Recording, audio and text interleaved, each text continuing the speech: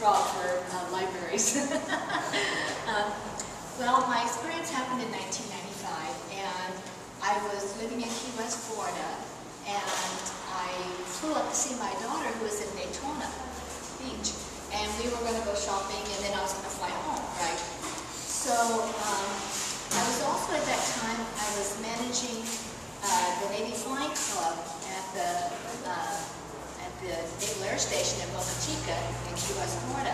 So I was flying out of there, and I was flying an airplane, the Piper Warrior, that actually belonged to the Navy Flying Club. And the pilots, some of the jet pilots had told us at different meetings that there's a dead airspace between the Florida Keys and mainland. And everybody says, dead airspace, what does that mean? You know, you just drop it. What that means is that there's no radio connection. And these pilots are aware of this dead airspace. Now, whether that, and that's all kind of in the Bermuda Triangle too, and whether they're connected, I don't know, but the pilots are cognizant of this dead airspace, and they says, don't get scared, don't worry, you know, eventually you'll hear somebody on the radio, which is always nice to know, right?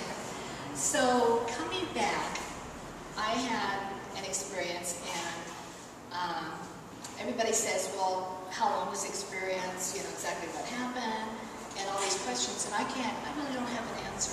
I don't know how long I was lost. I don't know what the cause of it was. There's one gentleman that I met, and his name is Bruce Gernon, and we met on some television shows, and he thinks that I was attacked by a magnetic fog. Now, whether I was or I wasn't, I don't know. But all I know is that it was the most terrifying experience that I've ever had. And you ask, well, how terrifying was it? Well, it was so terrifying, I didn't have words for it. And when I finally landed my airplane at the Naval Air Station, I had to pry my hands off of the yoke of the airplane, and I couldn't hardly walk. My knees were just shaking. And as part of flying at night, you're supposed to have at least 45 minutes of fuel. Well, I got into a little bit of trouble because my tank was almost empty. You know, so that's another scary thing. Because when you're flying, because if anybody's aware of the Florida Keys, it's just a chain of islands, a lot of ocean. You know. Now, when I first started flying, I started flying in Oklahoma, which has a lot of cow fields. So if you have engine trouble, you just land in a cow field. Well, I had friends ask me, they says, Cary, aren't you afraid? You know, flying in the Keys, and it's like, wow, maybe I should be afraid over all this water, because there's, you know, nothing there but sharks, you know, there's no cows. You know. So anyway, I barely made it into the Naval Air Station. So that tells you that I did lose some time in my flight, in whatever happened to me. I didn't talk to anybody about it. Like I said, I just didn't have the words to explain what happened to me.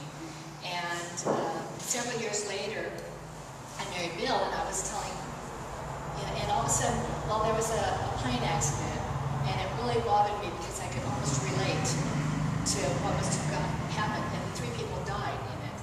And I started having nightmares and regressing back to my experience. And so I told Bill, and he said, boy, you've got to write this down. So I did, and I submitted it to Aircraft Owners and Pilots Association, which is a big, if you're a pilot, you want to belong to AOPA. It's international, it's very big. And I was really kind of surprised that they bought my story. And 2 weeks after it was published, I get a call from Hollywood. And it was the Learning Channel. And they says, well, somebody told us we needed to read your article because we're doing a show on the Bermuda Triangle. So it's like, oh, you don't want to talk to me. You know, no. And so anyway, they convinced me to meet him in Miami. And they did it. I was in and that was my first one. And since then, I've been on Sci-Fi, and I've been on National Geographic, and I've been on Discovery. Now, I do have a website, and I'm so excited about it because it was designed by a local here in Panama, Paulo Zanaboni. And he's also working on the one for you, isn't he, for here. And he redesigned my website. Oops, it disappeared. Yeah, there it is. And if you go on to BermudaTriangleSurvivor.com, you can see the videos of video clips of some of the shows I was on. And it also has my story that I wrote that was published in the OPA. So, after being on all these television shows, I hear all of these different, concepts of what's causing the Bermuda Triangle. And what amazes me about the Bermuda Triangle is that they've been searching and searching and searching for Flight 19. I mean, that's a biggie, that all these airplanes went down and nobody's found anything. So I'm a big believer in quantum physics, and I read a lot about parallel universes and this sort of thing, and I'm thinking, well, what if that's an unstable wormhole? And that's where everything is going. I mean, like I said, they're not finding anything, and scientists have proven that there's close to, I think that they've got 12 dimensions right now. So there is parallel universes out there. It is feasible, it is possible, and it is a fact. And so that's when I decided to write the Bermuda Triangle Pathway to Atlantis, because nobody's ever been able to find Atlantis either, right? So what if Atlantis created a parallel universe at some point when the Earth was in trouble, and this parallel universe is where the city of Atlantis is, and they're connected with an umbilical cord to Gaia, to Mother Earth. And then, I don't want to tell you all my story, but then when I wrote this, I was retired. I'm a certified public accountant, and I decided I don't want to do double debits and credits anymore. So I wanted to do something with the environment, and so I found St. Mary's of the Woods College had a really interesting master's program on Earth literacy / global sustainability.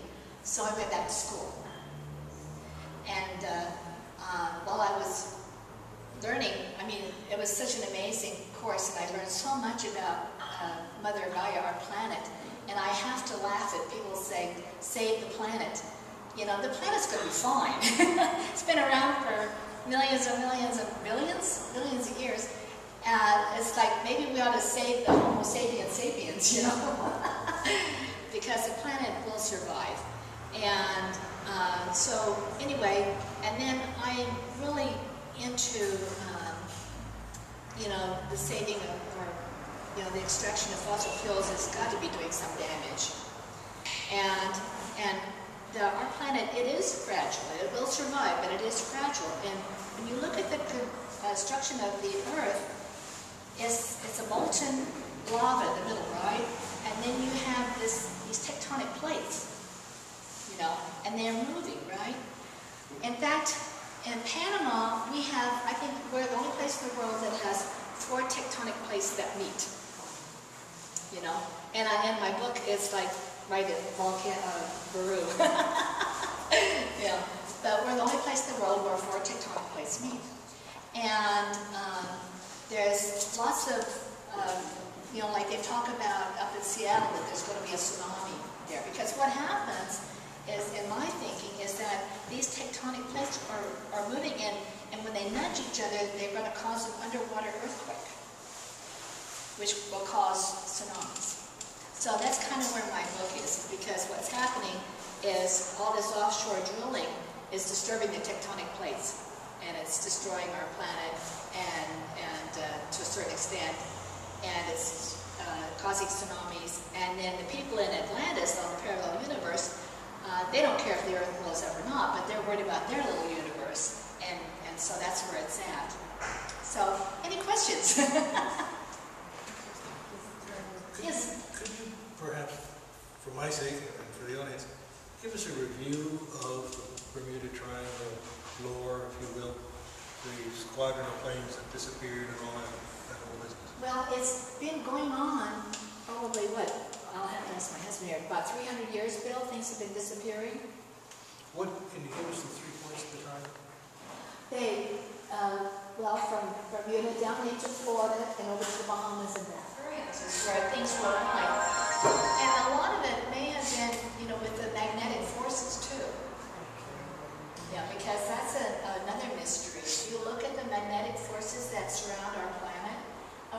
a sequel to this, and I was doing some research, and we've got a lot of cleanup to do, you know, for us to keep going here.